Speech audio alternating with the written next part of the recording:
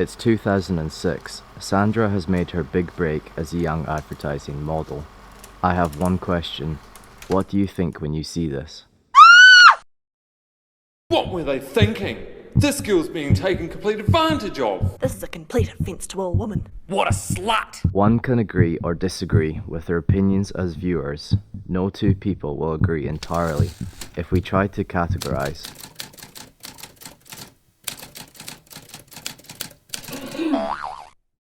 well, I think we will stick to these two for now. Let me explain. A feminist is someone who simply wants to see equality between men and women. Because of this broad description, it is hard to put an accurate time frame on this movement, but it began growing momentum in 1948 at the Women's Rights Convention in New York. Feminists are known to claim that female objectification is a large issue in modern art and media. With some advertising as it is, sometimes it's hard to disagree. Well, yes, look at her. She's being completely objectified. This is Gloria. Gloria is a feminist. Sexist advertisements like these are the reason I still fight for women's rights today. These types of advertisements aren't of women, they are of her boobs, her bottom.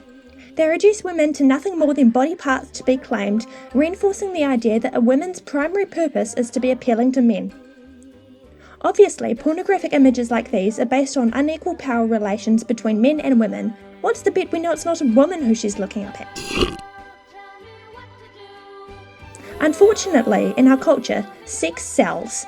This means that companies like American Apparel have no motivation to change their ways and their techniques. I mean, this girl is practically offering herself, and don't ever get me started on that text. Can you believe this is on billboards and magazines? What kind of impression can this be making on young girls these days? Well, that's this mass media in general, isn't it?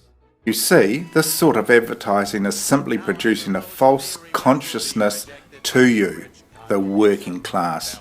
In such a capitalist society, you have a complete disconnection from the products or people in advertising to those who created them. Okay, hang on a second, let me explain. As a Marxist, Alfred believes in the destructive evils of a capitalist society. Marxism was started by Karl Marx and Friedrich Engels, who both co-wrote a communist manifesto.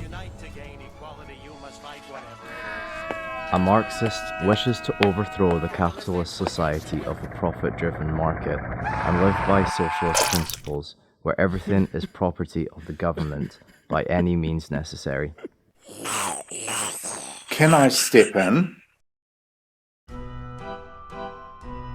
Now, it's pretty obvious that this here is promoting sex and greed. And let me tell you something. This type of sexual exploitation is rampant in such a capitalist society. From this picture, you have no connection to the girl within it. Her friends, her family. Does she have a pet? We don't know. Commodification of pornographic images such as these sever the link between product and consumption, promoting similar behaviour from those who consume it.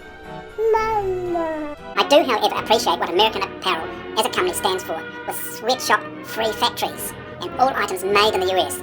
They do fit in for some of what we stand for, I believe. Sustainable and ethical manufacturing where workers get paid a fair wage is part of what makes a company great.